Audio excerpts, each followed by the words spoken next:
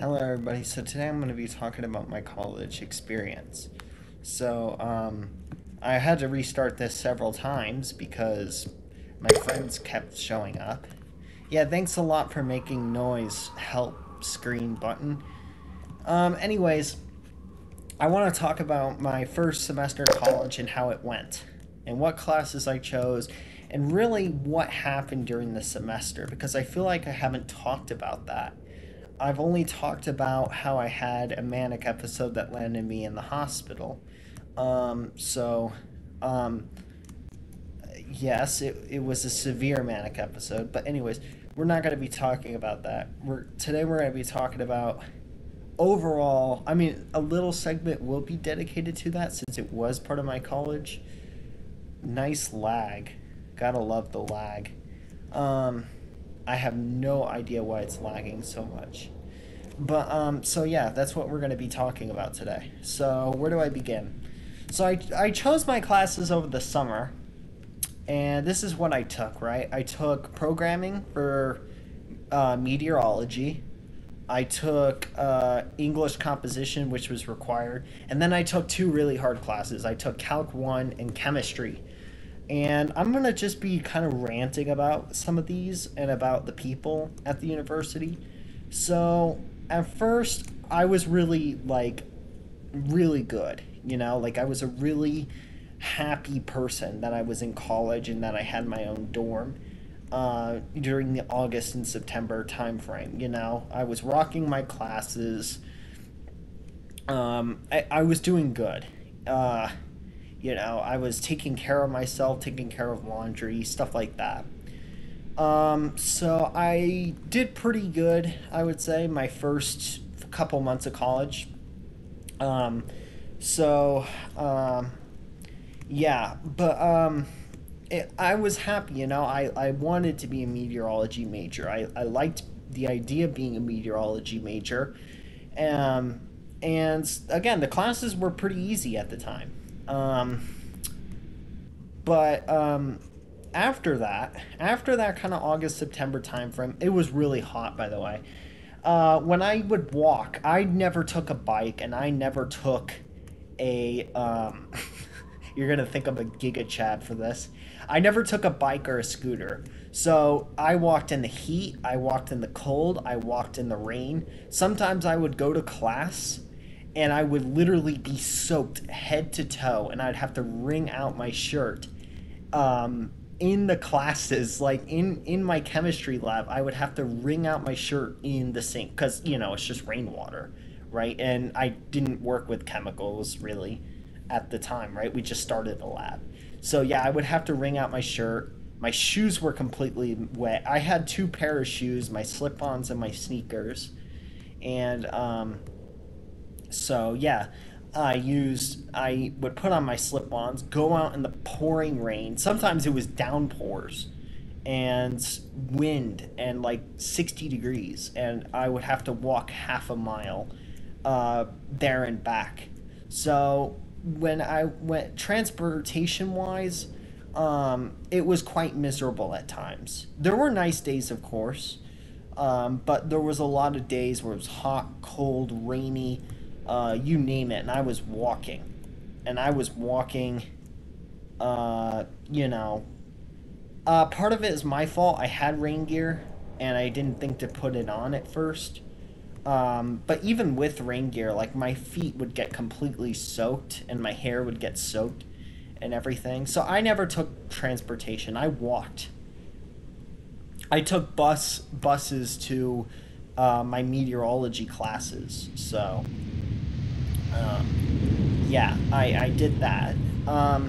So, anyways, August and September, really hot outside. I liked how it was, I liked everything. And I would say all of that started to change during the fall months, during October, and that was really the transition period that things started to go downhill. So, Calc 1 and chemistry, here's the problem, right? Is there are chemistry majors and there are math majors, and nobody else really gives a shit. So, what do I mean by this?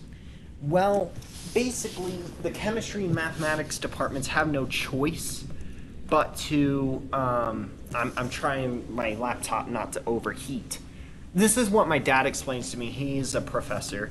Um, but this is basically what happens is in mathematics and chemistry, they are very try hard courses, not just weed out classes, but they're very try hard courses because they have to deal with people. They have to deal with people that want to take chemistry and math, you know? So everybody else that wants to get the course done doesn't really give a shit, right? They have to basically try hard because they're targeting the chemistry and mathematics majors that have to take the same thing. So my mathematics lectures, for example, was highly theoretical. It was like, well, what if you do this? How does the graph look on? And I mean, it's a little bit relevant, but not really. Like I would have been like to show how to solve problems, and it was more theoretical and graphical analysis, which I feel like is important in calculus, but also there's a lot of algebra and geometry problems that don't really involve graphs. Not really, right? Like they don't, it's not really important to show a graph for them. So my math teacher would just do theoretical analysis on these things because again, the mathematics majors, that's what she's really pondering, or that's what she's really associating to, like trying to do is the mathematics majors that care about these kinds of things. Nobody else, a computer scientist doesn't really care unless they're doing graphical analysis in the future, but that should be a separate class. Calc 1 is not supposed to be some hugely theoretical thing, in my opinion, like my teacher did. And I would do stupid mistakes on the exams. I got like a 65 test average. My exams made up 70% of my grade. So I would do stupid things, and I didn't have enough time. This is another thing I'm going to complain about. I didn't have enough time to study. Now, I would get 50 to 100 plus homework questions every single, like, 2 days that it was due, or 3 days that it was due. And here was the problem, right? I could work with that, except she has these homeworks to the very last minute before the exam. So she wants you to do the homework and study on top of your other STEM classes, right?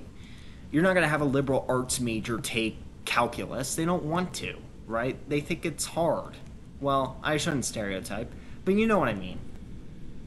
So basically, the people that are taking calculus that are not mathematics majors have other stuff like physics and chemistry, which are also very demanding courses, right? So, she would have homework to the very last moment, and then she wants us to study for the exam, and the study guides are huge. The study guides are very massive, right? And it works out for the top 5% in the SAT, right? They could just do problems, right? Those in the top 5% in the math SAT, I know there's going to be a handful of people thinking, well, you just weren't ready for it. No, I actually understood the material quite well, aside from my stupid mistakes. I actually understood the material quite well. It's just I didn't have the necessary time to be able to study for it because it was such a massive amount of work, and there were other classes that were very demanding, like programming and chemistry. So, yeah.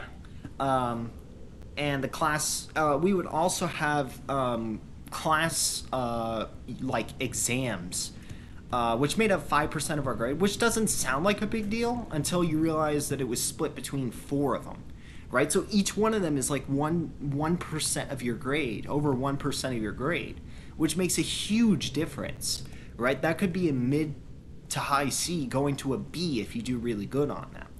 So, yeah. Math, I started to slip on. I got a C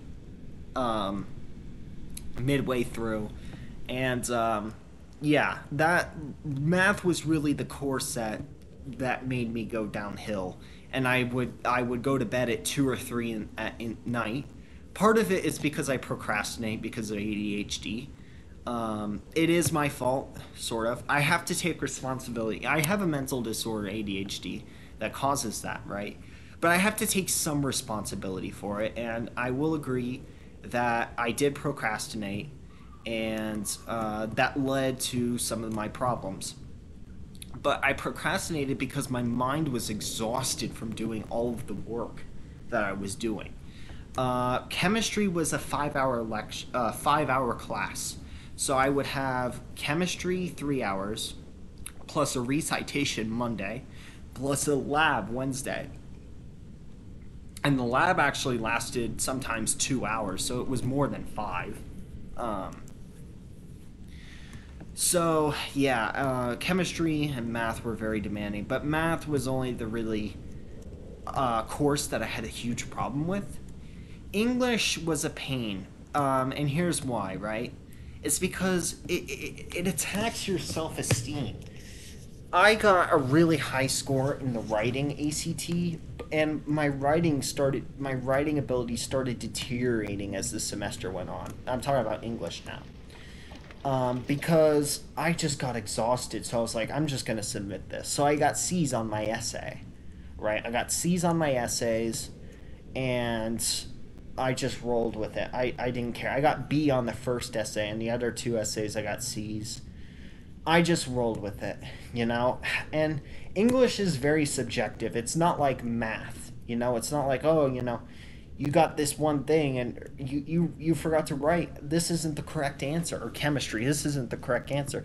English is kind of subjective, and I could have probably gotten a B. Um, we're going to discuss why these grades don't really matter. But I just decided to roll with the C. So, for the majority of the semester, like it went from an A to a C. So, um, yeah, chemistry I did pretty well on, I guess you could say. Um, Lots of people struggle with chemistry. But let's not get ahead of ourselves, right? We're not at the end of the semester yet. I'm just explaining what the general classes were like. So, during my time in college, I believe I got a vitamin deficiency. Now, the reason why I think I got a vitamin deficiency was because I had tingling in my arms and feet. I felt tired a lot, and I would have nausea after exercising. This is another thing I'm going to talk about pretty soon. So um, basically, I had to skip classes some days because I had very bad symptoms, and I don't think that really turned out well for me. Uh, I would go to bed at like 2 or 3. I might have repeated this, but I would go to bed at 2 or 3 a.m. from homework, and I couldn't take my sleeping medications because if I did, those are supposed to last for a good 8 hours, right? So I wouldn't be able to get up for math in the morning, which is at 9 or 9:30, 4 days a week, which sucks. If it was English at 9:30, it wouldn't be such a big deal, but it's calculus, right? So it sucks. Um, so I had to skip out on sleeping medications. So yeah, it sucked. But I suffered some sort of problem with my circulation. Um, I got tested for diabetes. It came back negative. I don't really understand what it was or what it is. Um, I had a very bad caffeine dependency, and that would mean leave me drained a lot. Um, and yeah, the elements just didn't help me. The cold, the heat, the rain, all of this. I felt exhausted walking, and the rain, the heat, the cold didn't help at all. Um, and we're going to talk about the people too. The food was okay. The food was pretty good. We're going to talk about the people in the dorms next. And then we're going to move on to the later months. So, the people. The problem with meteorology is that the people in it seem to be very egotistical, the freshman majors. That's not every freshman, but a lot of the freshmen that I knew, basically, were they didn't care about you, right? Because they already knew each other on Twitter, and oh, they were popular. They chased good tornadoes, and they didn't really. If you don't know about meteorology before you get in, they don't care about you, right? They only care about hanging out with other people that know the science, quote unquote, know the science. A bunch of like inexperienced meteorologists, wannabes that chase tornadoes in their 1999 Honda, right? But they only care about like Twitter followers, who follows them, who's chased the biggest tornado, and it made me feel really left out and isolated. And part of it's my fault, of course. I'm not going to say my personality is the best, and I'm not going to blame everything on other people for um, not being able to um, form meaningful friendships with them. Part of it's my fault, but part of it's their fault and how, just assholey they were, right? They didn't care about the common people that tried to they already they only cared about people that chased or that had other friends. And so in college I became very antisocial. um After October I became very, very antisocial.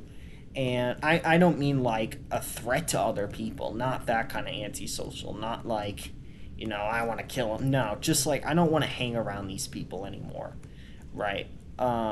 And um, and so yeah, that was a big problem. And the dorms, don't get me started. I know what you're saying. Oh, everybody's got to live in the dorm. Why are you special? Okay, I am not claiming that I should be exempt from dorms. I'm saying that it is not sufficient to live in one of those dorms. People have depression and struggle when they live in the city in a studio apartment or a one bed, right? They struggle with mental health and they struggle. Now, it is different, right? You got to think about retirement and all these things, right? And all these complicated problems. In college, you don't, besides your payments, your college debt. I don't have to pay college debt, and I'm very lucky. I'm very lucky that my dad is paying off my college. Extremely. I'm very satisfied. I'm very lucky because I don't know if I could handle another thing on my plate. So, the college dorms were absolutely terrible. Like most colleges, they don't have a kitchen, they don't have a living room. The dorm that I was in was probably 150 square feet or less, and there was no kitchen, there was no living room, and you're sharing it with another person. And then this person would play Rainbow Six Siege all night. He was an engineering major. I had to switch dorms once because I didn't get along with my old roommate. Because he'd go to bed at 10 p.m., which is ridiculous. But I wanted somebody that would study, right? And that would be up late, but not talking with friends on Rainbow Six Siege while I'm trying to sleep. And so he moved out mid semester. And that was good and bad. I didn't have another human really to talk to in my dorms, but also he pissed me off a lot because of what he would do. And so, yeah, that was very interesting. Um, Very, very interesting. I was kind of glad he went, but also not really. So, um, and also, and so those two things, the combination of bad experiences with people and where's the sun? Yeah, it's gonna set here pretty soon. It's always like 20 minutes in it sets. The combination of bad experience with people, stress with classes, and the dorms made me very antisocial and not want to socialize with people. I remember ranting to my math advisor about how ridiculous the math class is, and I got flamed, of course. Right? I'm some freshman student, and my teacher was the math chair, and the math advisor flamed me for writing such a paragraph about how difficult it was and everything like that. So, yeah, it was not great, in my opinion. It was very stressful, and So after a while, I stopped doing laundry. I stopped shaving. I would not brush my teeth. I would wear the same clothes twice or three times. I showered every day. Like I showered every day, but my dorm was a mess, and my mental health just started declining, and my grades were they were stagnating. They weren't really going up and down. They were all C's or B's at this point. And this was like November time frame. And I just remember, this is ridiculous. I hate it here. And so I came up with a plan with a couple friends to live in a really nice house, rent out a really nice house next year. We'll get to what happened. It didn't work out, but for a good reason. Um, so, yeah, I mean, it was horrible by November. Um, by late, I don't think the seasons had anything to do with it. I know some people have seasonal anger and depression and all that. I don't really have that. In fact, I have the opposite of that. We'll talk about that later. So, not getting enough sleep, the dorms, the people, all of it just kind of put me in a really bad state, and I had mild mixed episode at first, uh, towards later November, early December, and then it transitioned to a full manic episode where I had hallucinations, delusions, probably catatonia, paranoia, disorganized behavior, like a blank state of mind. It was basically almost like schizophrenia. And I had to go to the hospital. It was not involuntary, I committed myself, but it was very bad. And so I had to be committed due to a manic episode because I have bipolar 1 disorder. And the stress of the classes really got to me. Um, so I was very nervous about finals. Very, very nervous. That's also what triggered it because this was the thing, right? So imagine, right, you have assignments that are due up to the very last minute. Then they expect you to study 2 to 3 hours a day per class, on top of the assignments, on top of your other finals, which is almost impossible. You can't do it. So let's say that you have 3 STEM courses, which I did. I had programming, chem, and math, and they recommend you study 2 to 3 hours a day, right? So that's 6 to 9 hours a day of those classes. Plus, you have to attend the actual classes themselves because those are still going on. So that's what? Um, let's see. You have like 15 hours. If you divide it by 5, that's 3 hours a day, right? 5 days a week. Well, I mean, it could be 7. So like 2 to 3 hours a day. All right. So you're up to 11 hours. And then they expect you to do the homework on top of that, on top of studying for the finals for all your other classes and attending your classes. So at the end of the day, you're up to like 15 hours or something, which is humanly impossible. It is almost humanly impossible to do 15 hours of work every single day. So I just fell mentally into the hospital. Um, it was not that good. Um, so what came of it? I took my finals as soon as I went out of the mental hospital, and I passed all my classes with a C. And we're gonna explain why that's not the worst. Okay? So right before finals, I decided I had enough. I'm not doing meteorology because I got into an argument in one of the organizations that it was part of meteorology, where I triggered some people, even though it was not really triggering at all what I said. And I had a bad reputation within that community. I did not like the people in there. I do not like the people in meteorology. And on top of that, when you look at jobs for meteorology and the pay, um, it's like $50,000 in average. So if you're making below that, you're making almost minimum wage. You could be making 30 or 40,000 a year after taking 3 semesters of calc, physics, circulations, all of that, and you're making 40 grand a year, right? And that's if you get a job.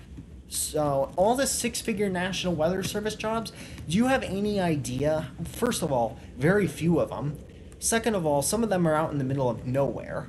And and those are your only choices for those kinds of jobs because there's very few. And third of all, can you imagine how many people are competing for them and how many have masters and PhDs? So you're going to be spending more than 4 years in college to get those six-figure jobs. You're going to be and they obviously want experience, right? So you're going to be starting off with a salary that's less than that. So so guess what? At the end of the day, you have to have a master's, PhD, top marks in your class. You have to work as an intern or whatever and have years of experience to even get a hint at getting a six-figure job, to even be competitive. So I switched my major to data science because I don't want to take physics. I don't want to take I might have to, I doubt that I'll have to take physics. Computer science, like animation and modeling and stuff, probably requires physics, but data science does not. Data science does not require physics. You're working with data. Very rarely does it require physics. So I will not be taking physics unless my advisor tells me it's very beneficial in data science, which I doubt it is. So, yeah. So I finished all my finals and I got C's in all my classes. I'm switching universities because my dad works in another one. The school that I went to was good for meteorology, but now that I'm a data science major, it doesn't really matter. So I'm going to attend my dad's university. It's free tuition. And yeah, so basically my GPA won't count. It'll just come in as the credits transfer. So my GPA won't count. The 2 GPA that I earned will not count. The credits will transfer, and that's all that matters. So my GPA doesn't matter. You know why? Because I gained plenty from my classes. I gained plenty from Calc 1.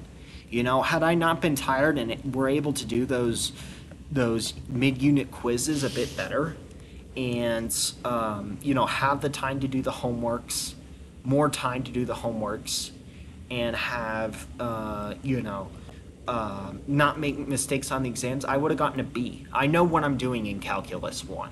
So, and that's all that matters when it comes to Calc 2. It matters because if your GPA is low in Calc 1, you know, then it matters, right? Like, people say, oh, it doesn't matter what grade you got as long as you learn from the class. That's not true. That's bullshit. In fact, I'd say the opposite, right? Maybe a little... Whoa, jeez. The fuck? Anyways, so, yeah, I would say that. I would say that. So, dude, yes, we understand. I already had a fucking million bubbles pop up. Would you just shut the fuck up? Oh my god.